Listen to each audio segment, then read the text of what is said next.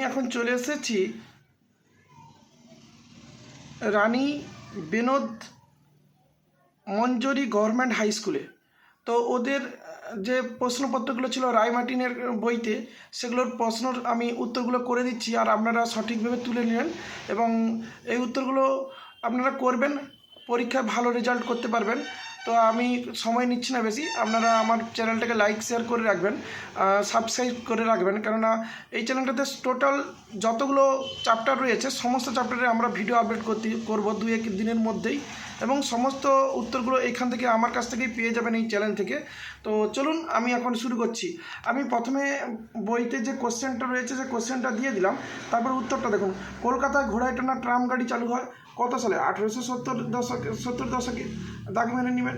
জীবনের ঝরাপাতা গ্রন্থটি হলো একটি কি আত্মজীবনী।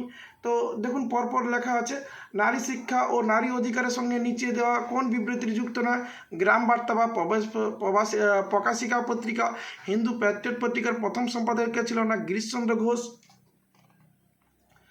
গ্রাম বার্তা প্রকাশিত হয় কথা না কুষ্টিয়া থেকে, কোথা থেকে প্রকাশিত হয়েছিল? কুষ্টিয়া থেকে।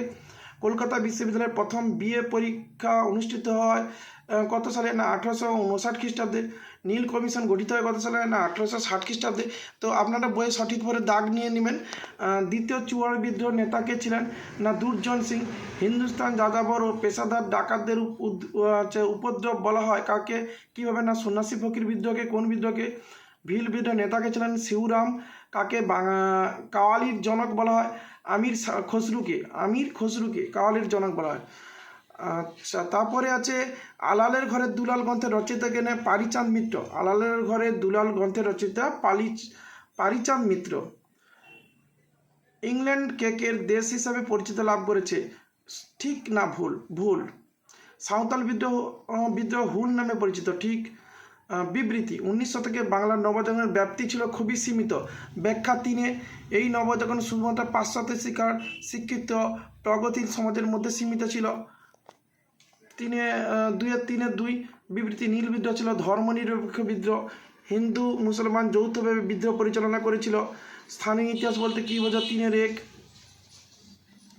স্থানীয় ইতিহাস বলতে বোঝায় কোনো একটি নির্দিষ্ট ক্ষুদ্র ভৌগোলিক অঞ্চলের, যেমন গ্রাম, শহর বা জেলা, অতীত ঘটনা, মানুষ আর সংস্কৃতির ইতিহাস। এটি বৃহত্তর জাতীয় ইতিহাসের প্রেক্ষাপটে স্থানীয় জীবনযাত্রার বিবরণ দেয়। চুঁয়ে পড়া নীতি কি?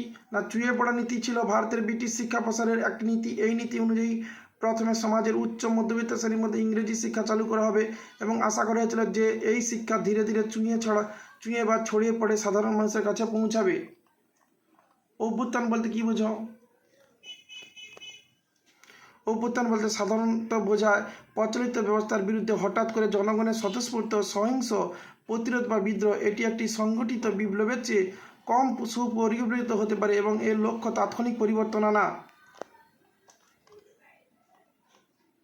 ভারতবর্ষে পাশ্চাত্য শিক্ষার প্রসারে ডেভিড হেয়ারের 2টি অবদান লেখো। না ডেভিড হেয়ারের 2টি অবদান হলো Kolkata school book of society স্থাপন 1817 খ্রিস্টাব্দে। তিনি এই সংস্থাটি প্রতিষ্ঠার মুখ্য ভূমিকা নেন, যার উদ্দেশ্য ছিল ইংরেজি ও বাংলা বই ছাপিয়ে কম খরচে ছাত্রদের কাছে পৌঁছে দেওয়া। হিন্দু কলেজের প্রতিষ্ঠাতা, তিনি হিন্দু কলেজের বর্তমান প্রেসিডেন্সি বিশ্ববিদ্যালয় প্রতিষ্ঠাতার গুরুত্বপূর্ণ অবদান রেখেছিলেন, যা ছিল পাশ্চাত্য শিক্ষার একটি প্রধান কেন্দ্র। ফরাজি আন্দোলনে কি ধর্মীয় পুনর্জাগরণের আন্দোলন ছিল?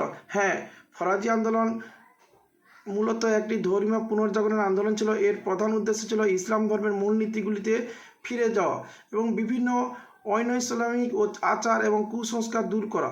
তবে এটি পরবর্তীকালে জমিদার ও নীলকরদের বিরুদ্ধে একটি আর্থসামাজিক রাজনৈতিক রূপও ধারণ করেছিল। এখানেই শেষ করলাম। আমরা 11 এবং 12 স্কুল করে দিলাম। পেজ নাম্বার হচ্ছে 236 এবং 238 পেজ, 237 পেজ নাম্বার হিস্ট্রি আমরা করে দিলাম। ঠিক আছে।